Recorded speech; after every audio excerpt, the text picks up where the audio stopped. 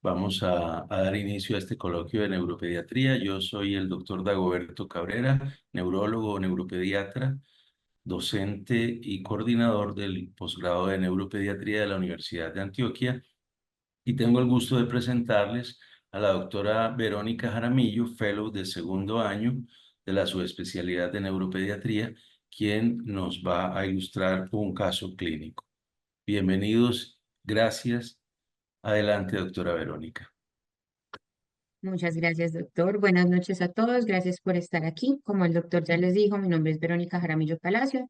Yo soy pediatra residente de segundo año del posgrado de Neurología Infantil de la Universidad de Antioquia y vengo a compartirles un caso clínico interesante. Entonces tenemos que es una paciente femenina de 6 años.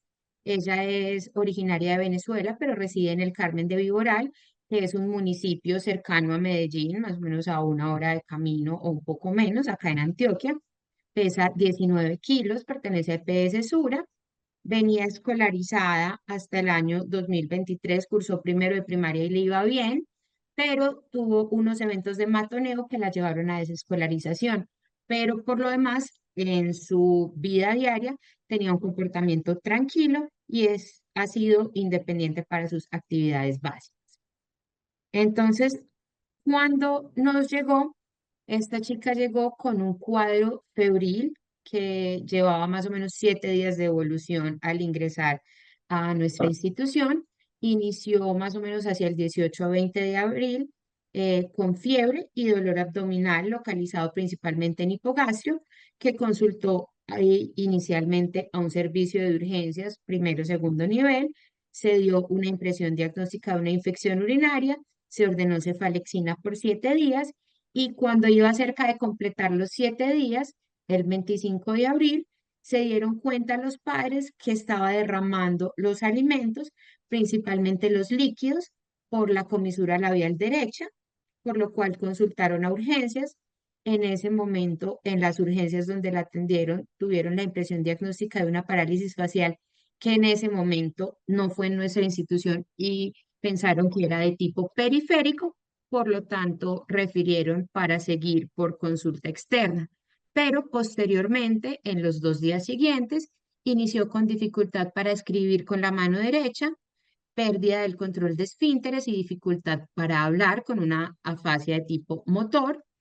Llegaron a consultar a un hospital de segundo nivel donde tenían la opción de una tomografía y ante todo este cuadro de rápida evolución se la solicitaron encontrando unos hallazgos sugestivos de infarto en el territorio de la arteria cerebral media y ante el diagnóstico de ACV lo remitieron a nuestra institución. En cuanto a los antecedentes, no tiene antecedentes perinatales de importancia, fue una chica a término, sin hospitalizaciones previas, con la inmunización completa de un neurodesarrollo normal. Y al examen físico en el momento del ingreso, ellos reportan unas aceptables, pero pues en realidad serían unas regulares condiciones generales. Ella estaba alerta, sin gestos de doloría febril, normocéfala, tenía una isocoria a luz ambiental, establecía contacto visual con el examinador y seguía comandos simples, pero tenía una parálisis facial derecha central y una afasia motora y adicionalmente tenía una paresia de miembro superior derecho con una fuerza muscular 2/5 y permanecía en postura de flexión del antebrazo y una discreta paresia del miembro inferior derecho con fuerza muscular 4/5 sin movimientos anormales. Tenía unos reflejos osteotendinosos patelares y rotulianos bilaterales conservados y simétricos y un Babinski que estaba ausente. Entonces, para invitarnos a pensar en este momento, porque sé que dadas las circunstancias no es fácil la participación, me gustaría que pensáramos cada uno de los asistentes cómo enfocaríamos a esta paciente de acuerdo con su edad, de acuerdo con los hallazgos clínicos, qué estudios le pedirían y si considerarían indagar en algún dato adicional.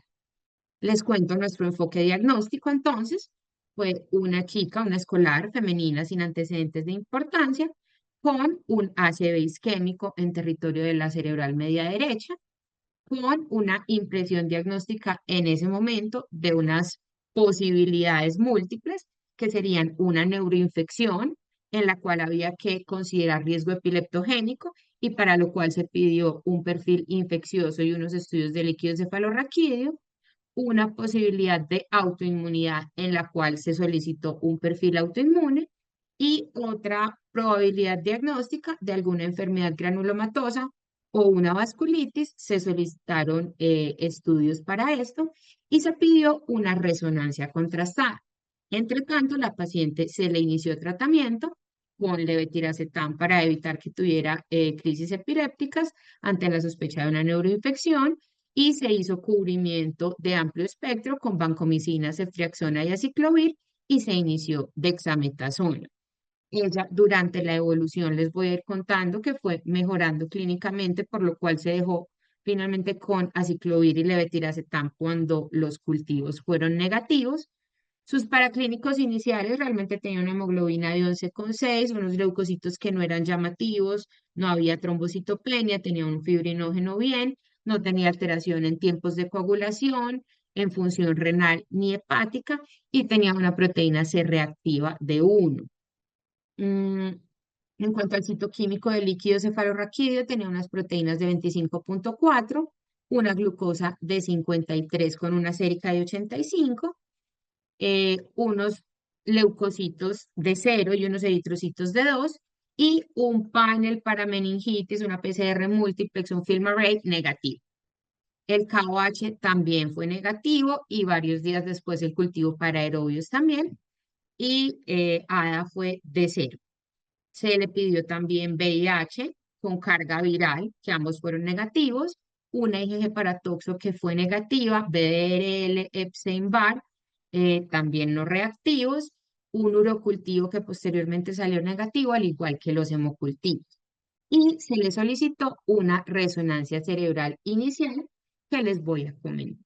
Entonces se le pidió una resonancia contrastada por la sospecha de una etiología infecciosa, además por la sospecha del compromiso vascular que era evidente en la tomografía. Acá tenemos una imagen de T1 sin contraste, en la que vemos unas áreas de encefalomalacia en el territorio de la cerebral media izquierda, con unas áreas de mayor intensidad hacia ambos núcleos caudados. Em, en T1 esto nos sugeriría un material proteináceo o áreas de hemorragia y adicionalmente tiene unas lesiones nodulares hacia ambos núcleos caudados que pudieran estar en relación con gránulos.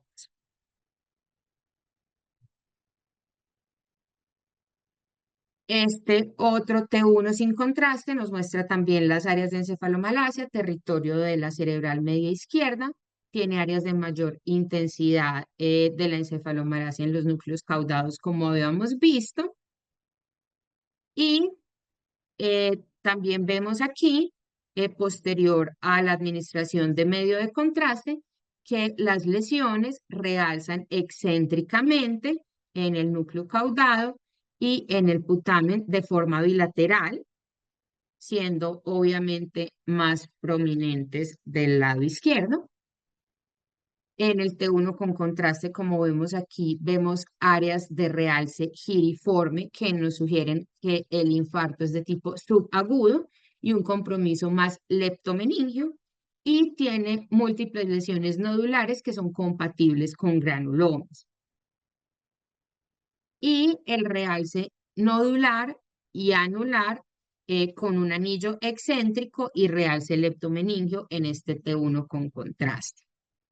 Cuando nos vamos a las secuencias de difusión, el ADC y el B1000, encontramos unas áreas de restricción en el tracto piramidal que explicarían los síntomas motores de la paciente. Aquí las tenemos resaltadas. Y en las imágenes de perfusión vamos a ver un área de hipoperfusión en la región parietal izquierda.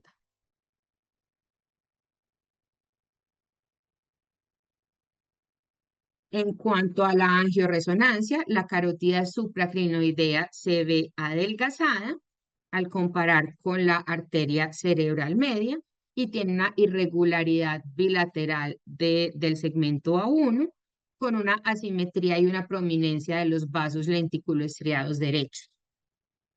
Ya teniendo estos resultados, los invito a que pensemos ustedes qué considerarían, qué opciones diagnósticas, qué enfoque tendrían y cómo continuarían el tratamiento con esta paciente.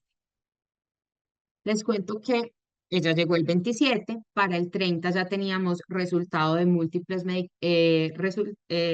paraclínicos.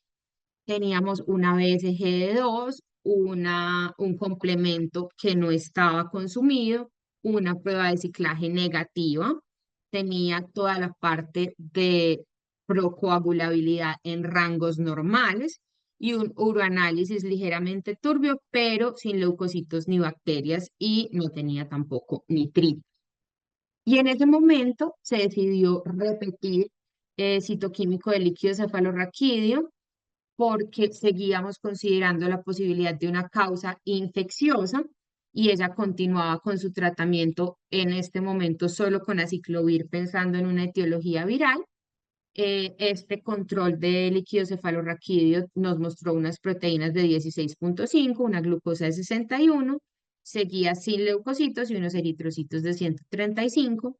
El estudio con tinta china, el cultivo para aerobios y la PCR para micobacterias fue negativa y se hizo adicional un estudio en jugo gástrico por la edad de la paciente con PCR para micobacterias y vaciloscopias con tinción de Sil-Nielsen negativa. Y se le hizo una PPD, una tuberculina, que dio cero. Adicionalmente, conociendo la limitación de la PCR multiplex del film array en la detección de herpes simple, que es menos sensible, se pierde sensibilidad al ser múltiple, se solicitó una PCR para herpes simple, la cual hasta el momento, a pesar de que hemos estado averiguando con los laboratorios, no hemos obtenido un resultado. Ella recibió, en conclusión, vancomicina y ceftriaxona del 27 al 7, aciclovir del 27 al 17, esos son unos 21 días, y dexametasona del 27 al 30. Adicionalmente, por el compromiso que tenía también de esfínteres, se solicitó una resonancia de columna cervical, torácica y lumbar que no tuvo ningún hallazgo patológico, una ecografía de abdomen y vías biliares buscando otras ideas que nos dieran como de compromiso infeccioso en la cual únicamente se observó barro biliar, ecocardiograma descartaba que hubiera compromiso cardíaco y la ecografía de vasos de cuello mostraba una permeabilidad de la circulación carotídea y vertebral extracraneana.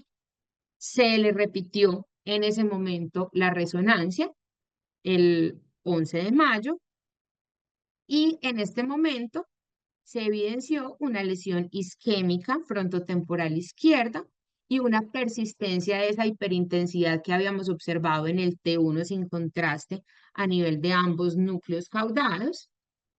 Em, Adicionalmente, en el T1 con contraste persistían las áreas de realce anular y em, en la angioresonancia no había pues cambios con respecto a el reporte previo. Neuroradiología en ese momento nos dio como sus opciones diagnósticas, se presentó como en una junta médica y nos dijo que ante la evaluación de las imágenes, viendo que había vasculitis y granulomas, definitivamente lo primero que hay que pensar es tuberculosis o la posibilidad de hongos. El realce en anillo excéntrico estaría presente en tuberculosis y en aspergillus dentro de los hongos, en toxoplasma también, pero aspergillus y toxoplasma serían más de pacientes con inmunocompromiso y dentro de las opciones diagnósticas también estarían las angeitis primarias del sistema nervioso central, fueran progresivas o no progresivas, con compromiso en mediano vaso, y la granulosis, la granulomatosis con poliangeitis, previamente conocida como granulomatosis de Beckner, que también pues era como una opción diagnóstica. En ese momento la paciente venía con una adecuada evolución y se decidió que ante la posibilidad en la institución en la que estábamos de realizar una biopsia cerebral, esta se le iba a solicitar En este caso, la idea es que sepamos un poquito cuándo se pide una biopsia cerebral porque no es lo más usual. Entonces, está muy claro que la vamos a pedir siempre que tengamos una sospecha o una imagen compatible con un tumor para su confirmación histopatológica y para guiar el tratamiento también de acuerdo con los marcadores, pero es muy importante tener en cuenta esos momentos de encrucijada diagnóstica en los que no podemos aclarar con métodos menos invasivos cuál es el diagnóstico y estas múltiples etiologías van a tener tratamientos diferentes y nos van a implicar un cambio en el tratamiento a largo plazo y en el pronóstico del paciente. Esto nos va a implicar el riesgo de deterioro, de recurrencia, y por eso, pues va a ser importante. Entonces, la Asociación Americana de Neurocirugía nos dice que estas son como los dos momentos en los que solicitamos una biopsia. Estas imágenes son de la paciente, unos videos de cuando terminó el tratamiento con aciclovir y se dio de alta. Quiero que las veamos porque se había recuperado, había tenido una adecuada evolución clínica. Son videos autorizados por la familia para uso académico. Por favor, no grabemos pues la pantalla durante este momento. Entonces, observamos que la paciente tenía una limitación para la movilidad del bracito derecho. No se está compartiendo el sonido. Me disculpan, no verifiqué esa parte. ¿Ustedes alcanzan a oírla? Creo que no. Tenía dificultades para la articulación del lenguaje, pero ya había mejorado sustancialmente con respecto al ingreso. Y pues es una paciente que realmente no se veía enferma y había tenido una evolución clínica adecuada. Entonces, la pregunta que decidimos plantear, ¿las indicaciones son iguales en niños y en adultos? Pues realmente es que hay pocos datos. Encontramos un estudio de 2020 en el que se estudiaron pacientes que hubieran tenido biopsia cerebral en contexto de enfermedad neurológica criptogénica y todos estos eran pacientes pediátricos con unos tiempos de evolución muy variables, y con edades también variables, más o menos eh, entre de los 9 años con una desviación estándar de más o menos 5,3 años. El, la decisión de tomar una biopsia cerebral se dio en contexto de síntomas y signos como encefalopatía, crisis generalizadas, trastornos del movimiento, fiebre, crisis focales y déficit neurológico focal. Y vemos que la biopsia tuvo un mejor rendimiento diagnóstico en los pacientes que tenían menos tiempo del inicio de los síntomas, viendo que aquí tuvieron pacientes que llevaban incluso unos cuadros de hasta 10 años de síntomas más bien crónicos. Entonces, básicamente, lo que nos lleva esto a pensar es, listo, en los niños, las causas neurodegenerativas van a ser menos frecuentes, es más probable que tengamos causas por etiologías infecciosas, que tengamos tratamientos adecuados para darle a largo plazo a este paciente y que podamos mejorar mucho su pronóstico. Entonces, quizá deberíamos tener un poquito más en cuenta la biopsia cerebral para este tipo de chicos en los que no es muy clara la etiología de su diagnóstico. Está contraindicada la biopsia en lesiones que sean muy pequeñas y que se piense que realmente no se va a lograr tomar una muestra en pacientes con coagulopatía o cuando haya inestabilidad que contraindique la anestesia. En cuanto a los resultados de patología, encontramos que había una mayor proporción del tejido que correspondía a tejido necrótico. En esta tinción de hematoxilina eosina vemos un parénquima cerebral que tiene compromiso de extensa necrosis, que tiene un predominio de infiltrado monocítico de localización predominantemente en la región perivascular. no se encontraron granulomas y dada esta ausencia, pues realmente se empezó como a descartar la posibilidad de TB. Tampoco había otro tipo de cambios citopáticos sugestivos de otros agentes como el herpes virus, que era una de las opciones. Mm, y cuando pasamos a la tinción con proteína fibrilar pialácida, para los que no somos patólogos, es importante saber que en las inmunohistoquímicas las tinciones o el color café es positivo para esa inmunohistoquímica. En esta, lo que vemos en café van a ser astrocitos reactivos y estamos viendo que fue una muestra tomada cerca del ventrículo porque aquí estamos viendo epitelio ependimal. Vemos muchos astrocitos reactivos que se van a ver como arañitas en la placa, pues donde está la inmunohistoquímica con proteína fibral ácida. Adicionalmente, se usaron marcadores de CD68 para ver macrófagos y nos mostraron unos acúmulos de monocitos de predominio perivascular. Vemos que el vaso realmente está respetado, no vemos monocitos, macrófagos dentro de la pared del vaso, que esto es un hallazgo importante.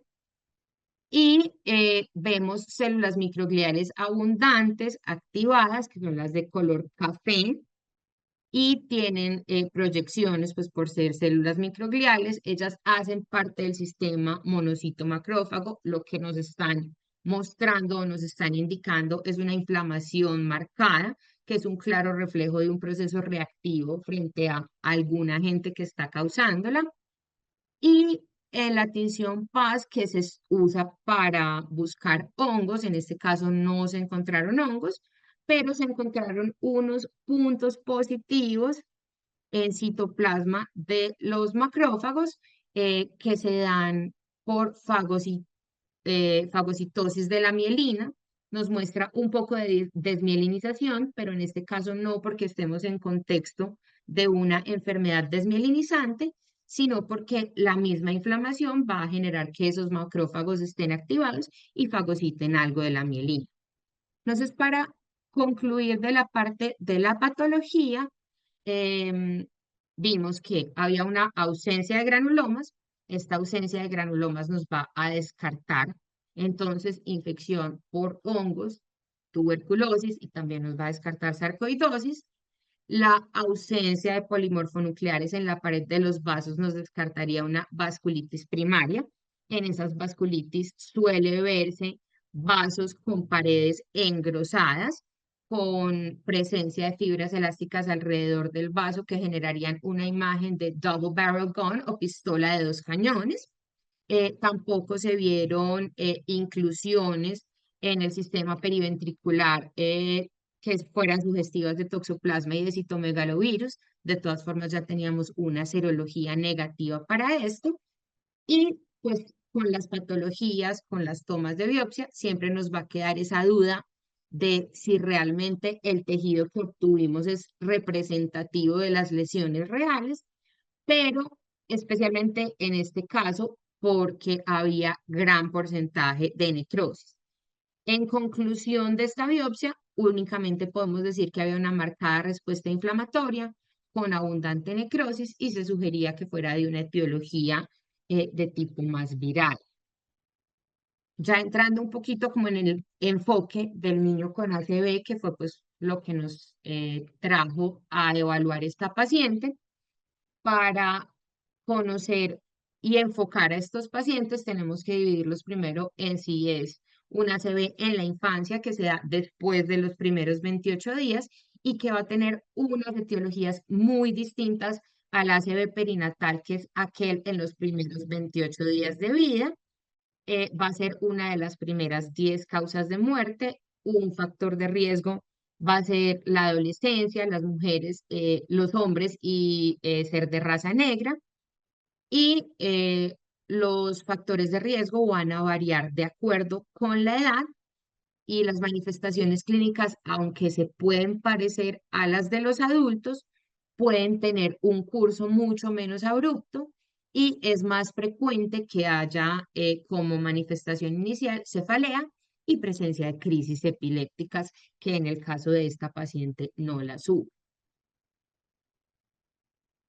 Entrando a los factores de riesgo y las etiologías de la edad específica de nuestra paciente, que estaba entre los 6 y los 11 años, las etiologías más usuales serían la enfermedad de Moya-Moya, las condiciones protrombóticas y las enfermedades de tipo metabólico. Las arteriopatías corresponden a un 29%, incluyendo pues las vasculitis, la arteriopatía focal de la infancia, la inflamación sistémica, las trombofilias entre un 20 y un 50%, que en ella fueron descartadas, trauma que no hacía parte de la historia, infección que era la principal sospecha en esta paciente, enfermedad cardíaca en 20 a 30% de los pacientes y las granulomatosas que siempre van a ser como una de nuestras opciones, especialmente por los hallazgos en la imagen y teniendo en cuenta pues que la paciente había tenido este cuadro progresivo con inicio de síndrome febril y ya con la aparición de los síntomas focales. En cuanto a las arteriopatías, es un tema bastante extenso. El ACV en la niñez suele ser multifactorial, pero hasta el 50% de los pacientes pueden tener arteriopatías. No vamos a adentrarnos mucho en la discusión, simplemente un poquito de cada una. Esas pueden ser congénitas, dadas por anomalías del desarrollo o adquiridas por alteraciones en la homeostasis vascular. Los procesos inflamatorios en contextos infecciosos pueden ser considerados y lo son por algunos reumatólogos como causa importante de la arteriopatía focal en la infancia y va a tener subtipos dependiendo de si la angiografía es positiva o la angiografía es negativa. De acuerdo con los subtipos, vamos a tener unas presentaciones más agudas, subagudas eh, o lentamente progresivas. Y de acuerdo con los síntomas es que realmente vamos eh, a buscar cuál es el diagnóstico, pero en general las arteriopatías se asocian a más marcadores inflamatorios en suero y líquido cefalorraquídeo, que no era el caso de nuestra paciente, y siempre se deben descartar causas secundarias antes de pensar que es algo primario. Entre las secundarias, lo más frecuente serían las infecciones por varicela zoster o por TB y procesos autoinmunes sistémicos que esperaríamos que fueran pacientes con una edad un poco mayor, vasculitis sistémicas y lupus. La resonancia va a tener un fuerte valor predictivo negativo y nos va a mostrar lesiones parenquimatosas marcadas en el T2 FLAIR con restricción a la difusión. Nos puede mostrar realce parenquimatoso y leptomeningio.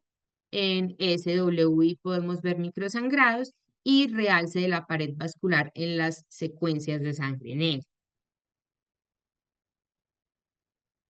La biopsia, en el caso de las arteriopatías, va a ser el gold estándar para el diagnóstico.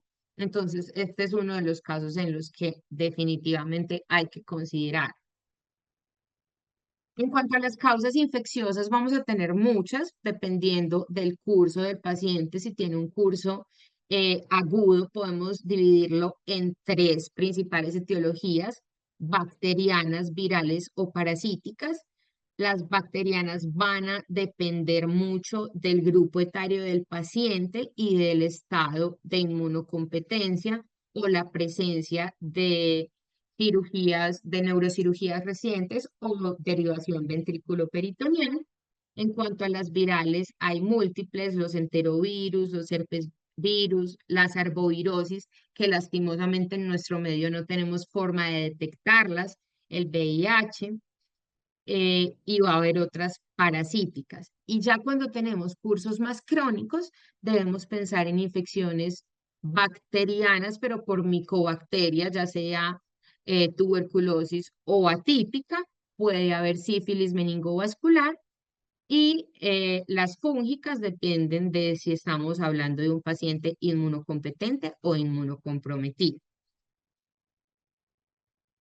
¿Nos van a ayudar las imágenes? Sí, claramente nos van a ayudar las imágenes vamos a tener unos hallazgos que nos van a sugerir ciertas etiologías. Entonces, en tuberculosis, que es uno de nuestros principales diagnósticos, especialmente por nuestro contexto y por la presencia de tuberculosis en nuestro medio, es importante que en la resonancia se va a ver un realce nodular basal paquimeningio y puede haber tuberculomas que se ven como lesiones hipointensas en T2 sólidas que realzan con el medio de contraste y que se pueden parecer a los abscesos piógenos, pero tienen una hipointensidad en T2 central.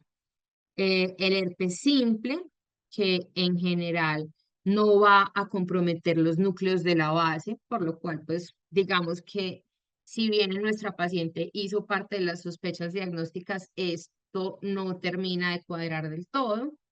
Toxoplasma, que vimos que no teníamos la parte de las inclusiones en la patología y se asocia usualmente a edema significativo y a lesiones con signo de diana excéntrica.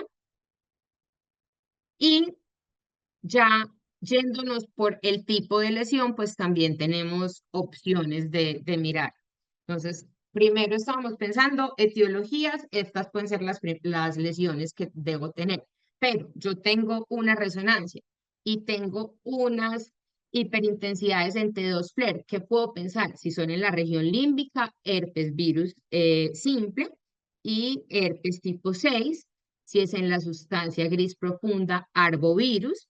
Si es periventricular, real, citomegalovirus. Y si son yuxtacorticales o tienen compromiso de los pedúnculos cerebelosos medios, pensar en leucoencefalopatía multifocal progresiva. Cuando tenemos lesiones con realce en anillo, vamos a basarnos en si el paciente es inmunocompetente como nuestra paciente, que pensaríamos en abscesos bacterianos, tuberculomas, neurocisticercosis y en los inmunocomprometidos, otro tipo de gérmenes como toxoplasma, Epstein-Barr, linfoma primario del sistema nervioso central o mucormicosis.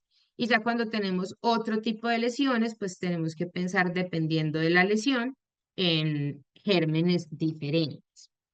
En cuanto a la tuberculosis, queremos hacer énfasis porque es frecuente en nuestro medio. El realce meningeo basal es clásico, suelen hacer hidrocefalia, pueden hacer arteritis que resulta en infartos isquémicos hasta en una tercera parte de los casos. Y esta arteritis, estos infartos isquémicos son más comunes en niños. Pueden tener neuropatías craneales, principalmente del tercer, cuarto y sexto nervios craneales. Y hay que tener muy en cuenta que nuestra PCR específica para Mycobacterium tuberculosis, que es el GeneXpert, solo tiene una sensibilidad entre el 44 y el 77%, a pesar de tener tan buena especificidad. Entonces, a veces tener esa PCR negativa no nos va a descartar del todo la posibilidad de tener una tuberculosis. En cuanto al virus del herpes simple, el compromiso es temporal e insular. Suele haber hiperintensidad en T2 y un realce que es giral, leptomeningio que puede ser en anillo o difuso. Y la restricción a la difusión va a ser menos intensa comparada con isquemia. Puede haber hemorragias, que es una característica diferente del herpes simplex. Y la PCR en líquido cefalorraquídeo es muy sensible y específica, por eso se solicitó, a pesar de que no tuviéramos el resultado, porque sí se pierde algo de la sensibilidad cuando es una PCR multiplex tipo el film array que se usó en nuestra paciente. Cuando hablamos de varicela zoster, va a ser la segunda causa viral más frecuente y va a tener otras manifestaciones, como por ejemplo compromiso de ataxia cerebelosa, de mielitis transversa, de meningitis aséptica, también puede haber vasculopatía. La vasculopatía por virus de varicela zoster va a tener infartos isquémicos en el 30% de los casos y va a tener una asociación temporal con la aparición de las lesiones en piel, entonces esto es muy importante. Mm, y el diagnóstico se va a hacer con los anticuerpos tipo IgM e IgE de varicela zoster, em, que tienen una síntesis intratecal y el DNA de varicela zoster se puede encontrar en el 30% de los pacientes. En la resonancia, el 16% más o menos van a tener vasculitis y más o menos un 13% van a tener encefalitis. Y en el caso del virus de la varicela zoster, la vasculopatía puede ser aguda y monofásica o puede llegar a ser crónica y progresiva. Pasando a las enfermedades granulomatosas del sistema nervioso central, entre las cuales habíamos considerado varias, tenemos que empezar por saber qué es un granuloma, que es un agregado organizado de macrófagos activados o histocitos epitelioides con números variables de linfocitos y pueden o no tener células gigantes multinucleadas y pueden o no tener necrosis.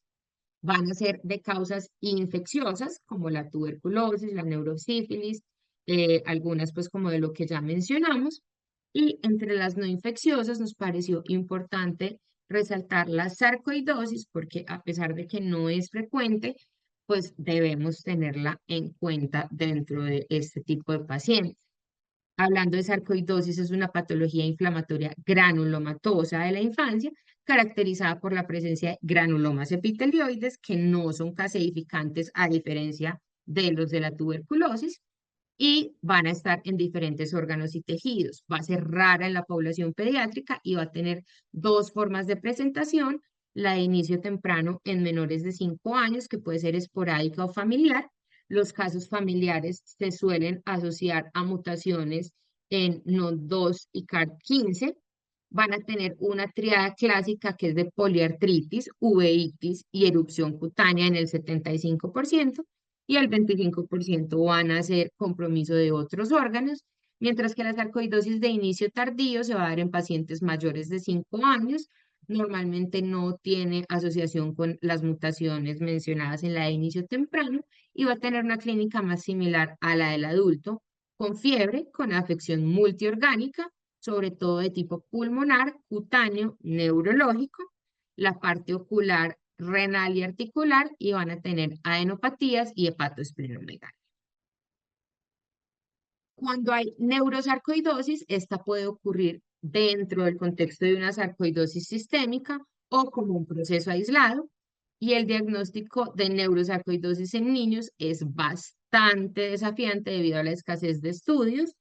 Va a terminar siendo necesaria también, en este caso, la biopsia cerebral. Nuestra presentación puede ser con papiledema, con neuropatía craneal, con convulsiones, cefalea, puede haber hidrocefalia, puede haber miopatías, también pueden tener ACVs, parálisis de pares craneales, de nervios craneales, y puede haber compromiso neuroendocrino. Y puede ser de variante medular, en la cual podemos tener presentación como síndrome de Caudequina o como lesiones intra y extramedulares o intra y extradurales, y en la que es de compromiso sistémico, va a haber fiebre en aproximadamente la mitad de los pacientes, astenia, pérdida de peso y malestar. Nuestra paciente tuvo una muy buena evolución, lastimosamente no van a poder escuchar el audio, ella está hablando bastante bien en este momento, es capaz de montar en su monopatín y la madre refiere que está muy cercana a Y pues, mami. lo que es Hola, su doctora, basal. espera, ¿cómo está? No sé si la alcanzaron a escuchar. Y pues, mami. Hola, doctora, espera, ¿cómo está? Ella está hablando pues bastante bien. Para concluir, tenemos que tener en cuenta que cuando nos enfrentamos a un paciente complejo, dependemos de dónde nos estemos enfrentando a él y las decisiones no van a ser basadas solo en lo que sepamos que sí es muy importante, sino en cosas del entorno y en la disponibilidad de recursos. Entonces, la posibilidad de vigilancia clínica es lo primero que tenemos que tener en cuenta. Uno no puede tener un tratamiento un poco más expectante si no puede hacer un seguimiento de la paciente o si el entorno del paciente no es adecuado, vive muy lejos y también va a depender de los recursos disponibles. No en todas partes va a existir el recurso de la biopsia del sistema nervioso central.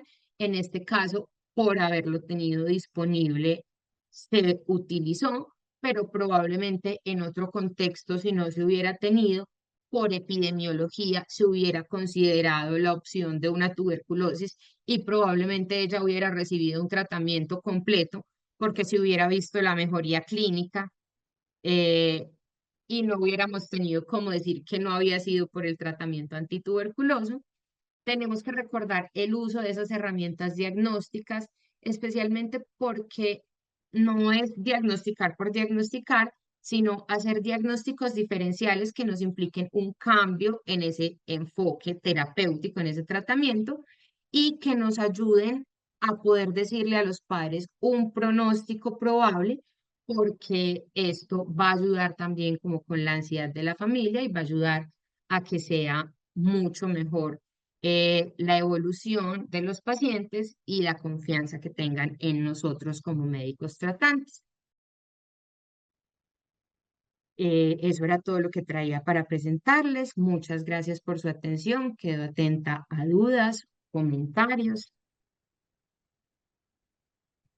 Muchas gracias, doctora Verónica. Bueno, la intención de presentar este caso básicamente es el mostrar primero el enfoque diagnóstico de una situación clínica relativamente frecuente y con múltiples etiologías, como es el accidente cerebrovascular y en este caso en contexto de un cuadro febril.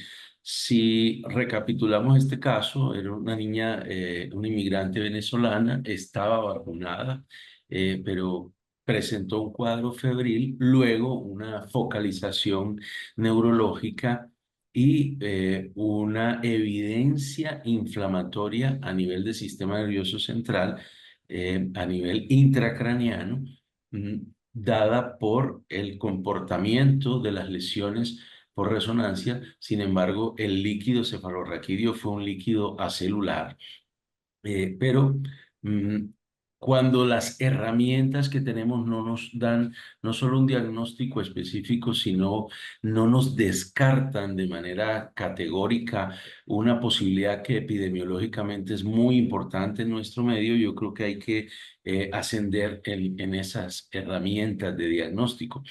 Esta paciente, la biopsia, por ejemplo, en esta paciente, sí, no nos mostró una etiología específica, pero el haber descartado con la biopsia granulomas, que nos descartan enfermedades granulomatosas infecciosas y enfermedades granulomatosas no infecciosas, es un punto cardinal porque evita en la paciente la necesidad de un tratamiento crónico prolongado y nos da la seguridad de un mejor pronóstico en su evolución.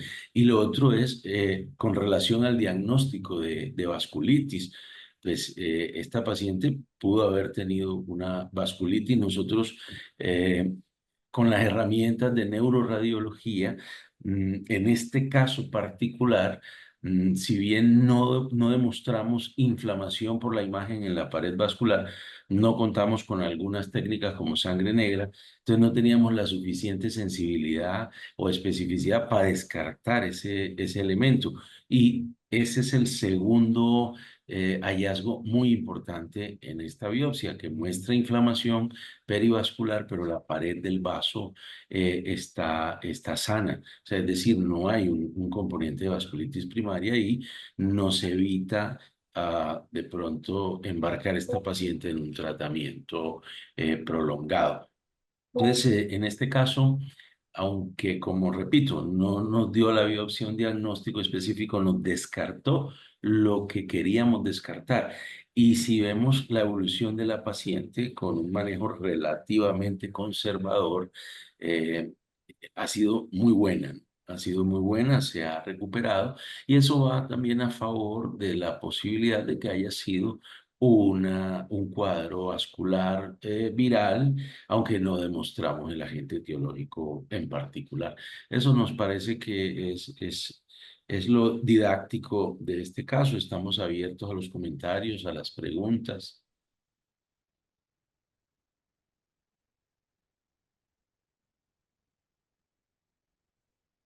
Bueno, doctor, por acá nos preguntan si se consideró infección por histoplasma. Sí se consideró y se descartó con pruebas serológicas. También nos preguntan cuál fue el criterio para decidir el lugar anatómico donde se realizaría la biopsia cerebral. Doctor, Bueno, la ¿me biopsia colabora se con eso? realizó en dos sitios. Se realizó a nivel periventricular porque allí había una lesión llamativa y en la región opercular izquierda porque allí también había una lesión llamativa. En los sitios en donde encontramos parénquima y meninges inflamadas, en esos dos sitios se tomaron las biopsias. Durante la evaluación y manejo inicial se consideró antiagregación. Esta paciente, a pesar de que era un cuadro isquémico, no se antiagregó porque el cuadro fue fundamentalmente infeccioso. Entonces consideramos más esa parte antes de dar la profilaxis secundaria para SB no infeccioso, que es básicamente la antiagregación. Igual, en el enfoque inicial le hicimos todos los estudios, primero de inflamación sistémica, segundo de inflamación focal a nivel del sistema nervioso central, tercero de riesgo cardiovascular, incluyendo la parte protrombótica, que afortunadamente son estudios que se hacen de manera muy rápida en el hospital. Y doctor, nos preguntan Creo si que la aquí biopsia incluyó hay... meninges. Sí. Sí, la biopsia incluyó meninges. ah, ¿Es un cuadro crónico las lesiones? No, realmente consideramos, la última pregunta del doctor Álvaro Izquierdo, ¿es un cuadro crónico? Porque las lesiones tienen diferentes tiempos de evolución. Realmente, si comparamos las dos resonancias, en la primera resonancia las lesiones no las consideramos extemporáneas. Algunas tenían un, eh, un borde que parecía más inflamatorio porque había un poquito de sangrado en el borde de la lesión, pero realmente las lesiones las consideramos todas con el mismo tiempo de evolución.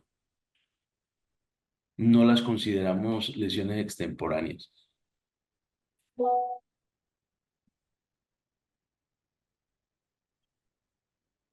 Eh, La segunda, no, las lesiones eran agudas, realmente, agudas y subagudas ya en la segunda imagen. No habían lesiones crónicas, no encontramos áreas de malasia en la primera resonancia eh, y no encontramos la disparidad temporal en las lesiones, profesor. Todas las lesiones nos parecieron con el mismo tiempo de evolución.